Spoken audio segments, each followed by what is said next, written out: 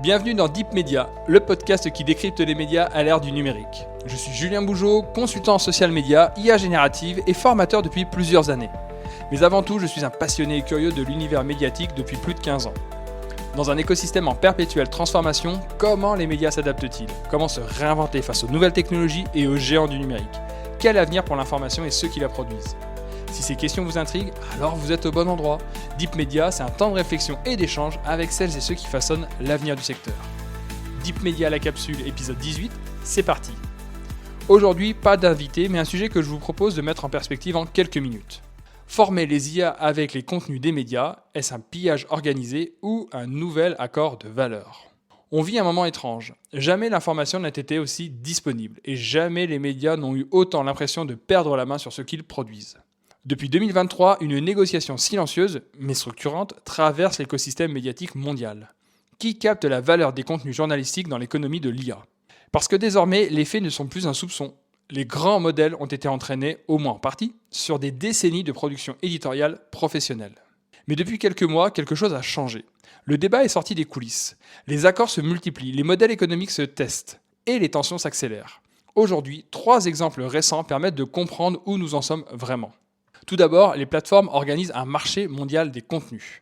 Début 2026, Microsoft a annoncé travailler sur une Publisher Content Marketplace, une sorte de place de marché où les éditeurs peuvent définir leurs conditions d'utilisation et être rémunérés en fonction de leur usage de leur contenu par les systèmes d'IA.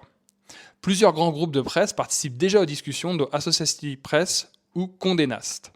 Ce qui est intéressant ici, ce n'est pas seulement l'outil, c'est le signal stratégique. Les contenus journalistiques sont désormais considérés comme une ressource industrielle critique pour l'IA, au point que des infrastructures de marché dédiées sont en train d'être construites. On passe d'accords ponctuels à une logique d'écosystème. À côté de cela, les accords se multiplient, y compris en Europe.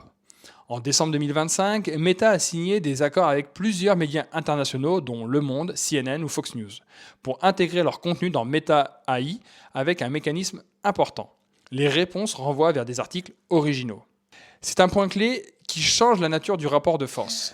L'IA ne remplace pas totalement la lecture. Elle peut devenir une porte d'entrée vers les médias, à condition que le lien vers la source reste visible et valorisé. Dans le même temps, de nombreux groupes de presse ont conclu ou étendu des partenariats avec des acteurs de l'IA, OpenAI, Google, Microsoft ou Perplexity, montrant que la collaboration devient une stratégie dominante même si les conditions restent souvent opaques. Parallèlement à cela, le basculement économique est déjà visible. Une autre réalité apparaît depuis 2025, l'impact direct des agents conversationnels sur le trafic. Plusieurs analyses sectorielles montrent que la montée en puissance des assistants IA commence déjà à réduire les clics vers les sites médias, parfois de manière significative selon les secteurs, parce que l'utilisateur obtient la réponse directement dans l'interface conversationnelle. Autrement dit, la transformation n'est plus théorique, elle est déjà en cours. Et c'est là que le vrai sujet apparaît. Le véritable enjeu derrière tout cela se résume en un mot, l'interface.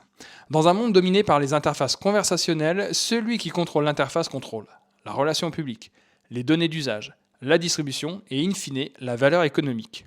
Le risque pour les médias est limpide, être rémunéré une fois, ou alors insuffisamment, pour alimenter des systèmes qui captent ensuite l'attention à leur place. Autrement dit, transformer une dépendance économique en effacement stratégique. Avant, un moteur de recherche renvoyait vers les médias. Aujourd'hui, une IA peut répondre sans qu'aucun clic ne soit nécessaire. Et cela change tout. Alors, que peuvent faire les médias ? Refuser toute collaboration n'est pas viable. Les modèles continueront de s'entraîner. Les usages continueront de se déplacer. La seule voie crédible est politique et industrielle. 3 principes devraient s'imposer dans les prochains accords. Transparence. Savoir quand, comment et sur quoi les modèles sont entraînés. La rémunération récurrente, des mécanismes indexés sur l'usage réel, pas seulement sur des accords ponctuels. Et enfin, la visibilité éditoriale, l'attribution, les liens et la reconnaissance claire des sources dans l'expérience utilisateur. Parce que la vraie question n'est pas seulement comment monétiser un corpus, la vraie question est comment rester visible dans l'acte même d'informer. Le danger n'est pas que les IA volent le travail des médias. Le danger, c'est que les médias acceptent d'en devenir de simples fournisseurs invisibles. Dans l'économie de l'IA, ceux qui produisent le sens mais ne contrôlent plus l'accès finissent toujours par disparaître de l'écran. Je vous remercie d'avoir écouté cette 18e capsule de Deep Media. N'hésitez pas à réagir à ce sujet en commentaire. Deep Media, c'est désormais une newsletter mensuelle pour poursuivre l'exploration, ainsi qu'un chatbot de veille IA et média appelé IA Media Lab. Pour accéder gratuitement à ces deux outils, je vous mets les liens en commentaire d'épisode. On se retrouve très bientôt pour un nouvel entretien avec celles et ceux qui font l'avenir des médias.